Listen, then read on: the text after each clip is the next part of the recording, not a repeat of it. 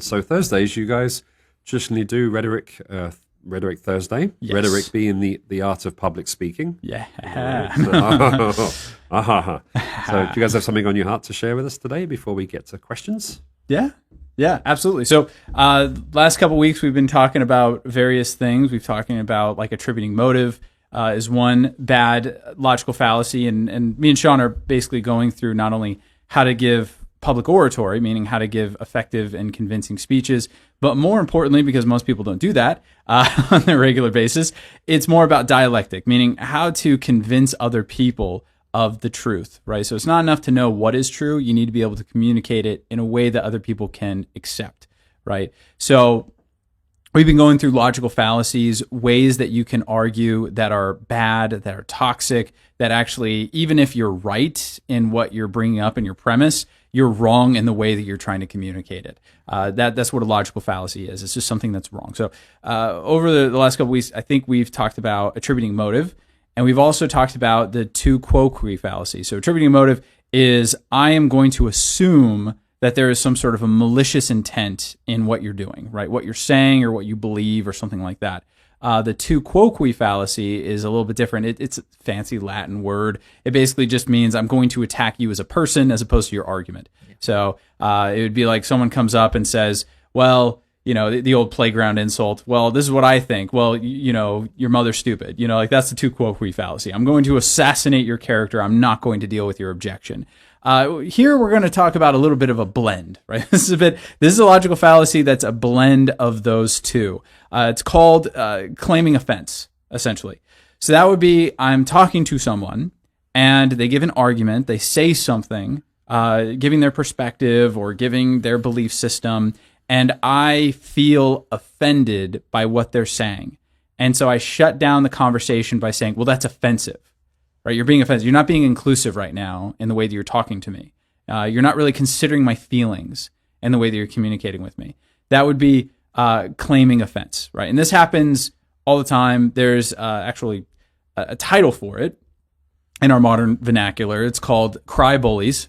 So people who are controlling and dominating communication or modes of communication, not through authoritative cruelty, but actually through playing the victim.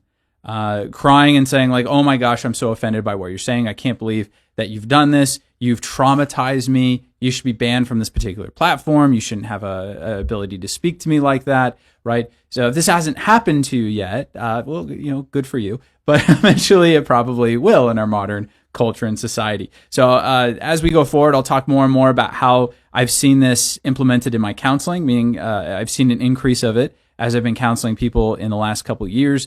And so we'll talk about what it looks like, how to address it, how to avoid making this mistake on your own, and things to that nature. But before we get into all that, Sean, do you have anything to add or some biblical illustrations of this one being utilized? Yeah, there's a couple. And just for the sake of those listening, we need to clarify that the fallacy, the mistake in communication, when the goal is to try to communicate your point as clearly and as thoroughly as possible, there is a time to draw a line with people and say, because of the way you're approaching me, maybe they've resorted to ad hominem, they've continuously attempted what we call steamrollering or elephant hurling or any other mispronunciation of terms.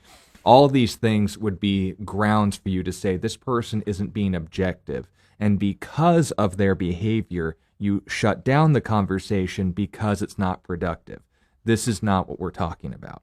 When people come to you and, as you said, the cry bully tactic of saying that because I deem what you're saying is offensive, therefore you don't have the right to speak, that's different in the sense that they're attacking the argument with their emotional reaction of you or the argument rather than the argument itself. That's what we need to spot as the problem rather than setting healthy boundaries with people and judging someone as unobjective. Jesus in Matthew 7 noted not to cast your pearls before swine. That's not saying, well, they're a pig, therefore I'm not going to talk to them. No, it's saying, I judge you as unobjective. You're going to turn and tear me in pieces. I'm not going to cast something valuable to someone who doesn't appreciate it.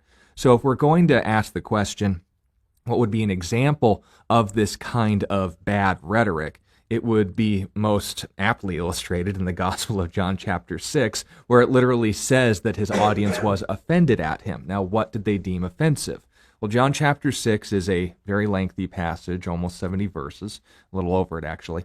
And what was interesting in the flow of the conversation was an audience had shown Jesus that they were not there for his sake, or even necessarily for the sake of what they had to gain from Jesus apart from food. He was teaching them there's something more important here. And they were offended at this when they didn't get their way with Jesus. They wanted physical food, and Jesus says, I'm offering you spiritual food. If you want the bread that comes down from heaven, and they go, ooh, are we going to taste manna? And he says, no, I'm the bread that came down from heaven. And they're like, still in stomach mode, right? How are we going to eat this guy? That's not natural. And Jesus says, my words are spirit. The flesh profits nothing. But they were offended at this, and the majority of his disciples, his followers, left him at that point with the exception of the 12. And interestingly enough, Judas even stuck around despite him calling him out as a devil. But the point being made is this. When Jesus had something to offer them, they deemed him insufficient for the agenda they had set for the conversation. The terms of the relationship were spelled out. This guy's a meal ticket, and to quote Doc Holliday, turns out they were the Antichrist. Little Tombstone reference. So that's the issue at work. And there's other passages we talked about earlier today. The second letter to the Corinthians was them dismissing Paul as an apostle because he couldn't make it there in time. And they were offended by this and saying that, oh, we're too good for Paul, therefore let's invalidate everything that he's saying. They're not addressing the argument, they're replacing the argument with their emotional perception, or in this case, the insult they've determined from him. Now again, Paul wasn't being insulting. He goes on to clarify that. Jesus wasn't being insulting. The miracle was meant to verify his words, like God's word has always been throughout history. But the issue was, the mistake was, by claiming offense, the fallacy, the mistake was in just that. Because I'm personalizing, I'm insulted by the presentation you're giving me, therefore I dismiss the idea, whereas, to quote Ben Shapiro, the facts don't care about your feelings. It doesn't change reality. Mm-hmm. So in anything more to note or say on this, how do we deal with it? Yeah, so let me kind of break down why I think this is increasing in our modern day, like why this attitude is increasing. Because like I said, I've been counseling for 10 years. I've seen a marked increase in the last 2, like a huge increase, actually, in the last 2 years. When the atheist and liberal college students try something, the church eventually picks it up 4 years or later. So here we are. So honestly, as Sean points out, this is not a new thing. So I'm not saying that our society invented it, but we have mastered it. we have taken it to a new level, and we have definitely spread it pretty widely and pretty succinctly within our culture and society. So why do I believe that that's happening? I think it comes from a couple different places, and leaving aside the narcissistic explanation for it. So there are certain people who are narcissists, and they employ these tactics simply to get their way, right? Like the 2-year-old who starts crying when you tell him no, right? That's essentially what narcissist is. I'm literally going to start crying because I want to get my way. And then what a narcissistic personality disorder is you just never grow out of that 2-year-old mindset. You just constantly cry to get your way. But that's one explanation. But I think that there's a bigger one that's more readily available in our culture, why it's happening. Because I've seen people in my counseling do it sincerely, meaning that I don't think they mean to do it, but they are doing it nonetheless, especially younger couples that I'm counseling.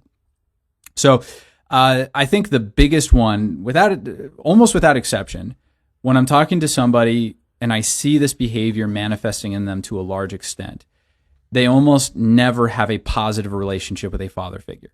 Now, that sounds weird, and it sounds like it shouldn't really be a part of the conversation, but it really is. One of the major things that fathers add to kids that mothers are not as good at. So what mothers excel at is giving nurture and acceptance to children. I can speak from personal experience. My wife is way better at that than I am, right? She is very good at nurturing them. She's very good at showing them that they belong, that they are welcome, that they are special, that they are loved, and that they are cared for. It's not that I don't do those things. It's just I'm not as good at them as she is. What fathers are really good at is rough and tumble play, right? And so if you see a mom playing with her kids, she's usually like, really gently swinging them on the swing, or, like holding them, or, doing something really gentle and sweet, blowing bubbles, things like that. You see a dad, he's pushing his kid over, he's wrestling with him, he's throwing him in the air, like he's doing all the dangerous dad stuff that dads get to do.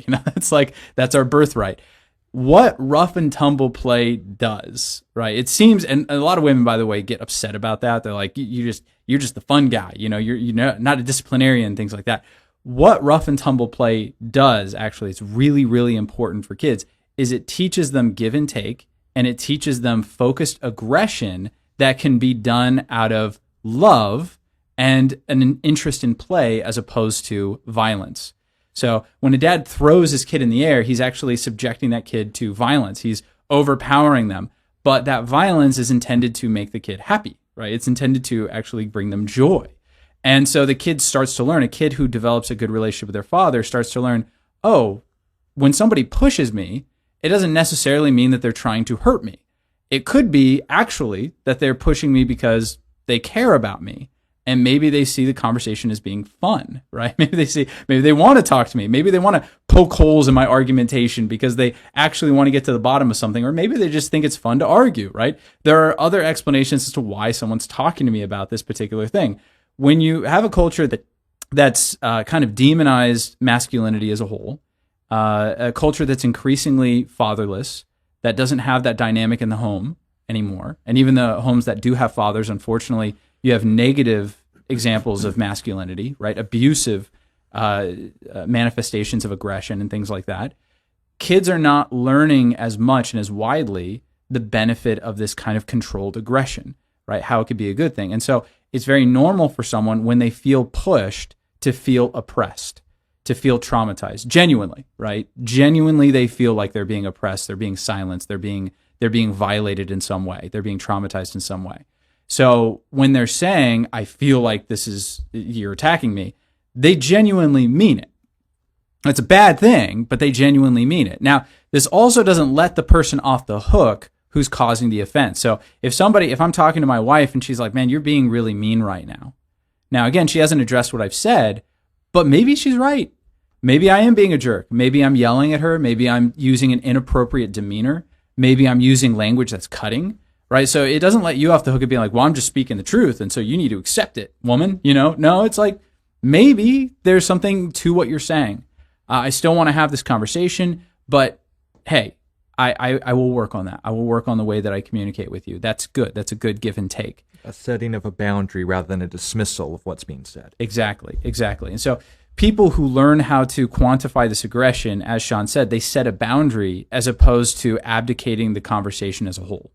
Right. So they say, I don't like that you're talking to me that way. Whether or not they should be offended, that's not what we're talking about. We're talking about the fact that they are offended. And if you're in the party that's causing offense, it's okay for you to say, okay, I'm going to adjust the way I'm communicating to better sink into the person that I care about, to better sink into this person that I'm trying to communicate with. Right. Another way to address it. So I actually had this happen yesterday. I was counseling someone and they were claiming offense to what I was saying. They said, I feel like I'm being attacked right now. Now, it's very easy for me to say, because again, it's increasing at a high level, right? It's increasing at a high level in my counseling ministry. So I could have just been like, okay, well, you feel attacked right now, then leave. You obviously don't want to have a conversation with me. You don't want to take this seriously. You could just go. Now, a good way to approach this, as opposed to doing that, is I paused and I said, okay, like, why do you feel threatened right now?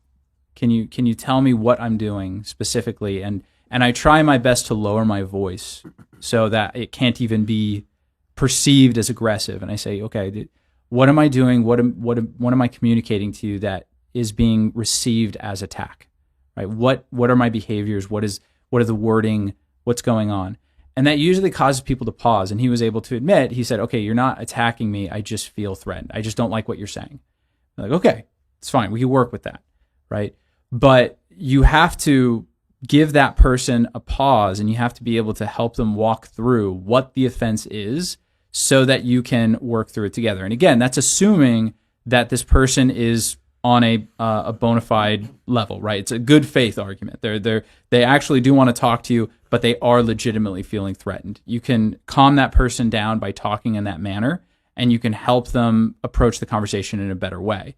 If you have a long-term relationship with someone, you can over time develop communication tactics so that you can not cause offense. So there are things, for instance, I have one friend that I've talked to before where or I'll use a different example. There's someone that I've counseled before where she's had a history of being verbally abused by her father. And so when people raise their voice at her, she feels threatened and she feels attacked, right? It's not that she's actually being attacked, she just feels that way. And so for people to be able to maneuver around that, they've had to learn how to lower their voices when they're talking to her, right? And she's able to communicate that. You're not doing anything wrong. I'm just perceiving it this way because of this past, right? Because of what's happened in my past. And it's okay to say that to people, and it's okay to navigate around it. The problem that we can get into is we could either become so stuck in our ways to be like, you're being sensitive, you're being overly sensitive, I have no reason to change the way I communicate because there's nothing wrong with what I'm saying, right? You could do that, but that you're essentially closing the door on that relationship. You're saying, I don't want to relate to you, and I don't want to work through this with you. You just need to grow up and get over it. You're jumping to the judgment of them being swine as opposed to potentially salvaging a conversation that may or may not lead to a better direction. Yeah, absolutely. And the other mistake that someone can make is to say, well, I feel offended, and unless you conform to this means of dialogue, unless you become more soft in your dialogue, I'm not going to have any conversation with you, right? That's also equally shutting the door on that potential relationship. Usually, in order for something like this to work, people have to meet each other halfway. Be like, okay, I'm not going to be able to communicate with you on the levels that you want, but I'm going to try to meet you halfway, right? I'm going to start doing little things to help you receive what I have to say to you. And usually, again, it usually goes from the male to the female, right? So the man is trying to do it. But like I said, in recent years, it's gone both ways. I've seen a lot of men on that way. And by the way, a lot of manly men, right? One of the guys I counsel, he's a firefighter, and he struggles with that. And it's because of this, right? Didn't have a father in the home, doesn't know how to modulate aggression. And so all he knows how to do is when he feels aggression, he knows how to fight, but he doesn't, obviously you can't do that in the house. So he has to learn how to control it. So he just shuts down, right? So there are many reasons as to why this is growing, but I would say it's the big one. But any last thoughts you have, or Dave, do you have any thoughts about it? Me? Thoughts? Yeah. I mean, my dad, when I was a kid, used to throw me up in the air and then walk away. Is that offensive? No, I mean, depending on what's underneath you. Spikes or concrete. Right. No, it's funny in my lifetime, seeing these trends and these, I mean, being offended is definitely kind of a hot word right now. That's offensive. I'm offended. And it seems to be like a lot of people have been offended at you. A lot of people. You and your aggressive worship. Many a true word said in jest, Peter. Many a true word said in jest. No, very good. Very good stuff. Just understand the difference between setting boundaries with people and actually dealing with the problem. If you are the problem, then like we talked about with ad hominem, it's a matter of getting back to what the conversation's about. And in this case, if you have caused offense, it can be done so through humility. But a willingness to make yourself vulnerable also comes with it, knowing the difference between a dismissal and a boundary. That's the line.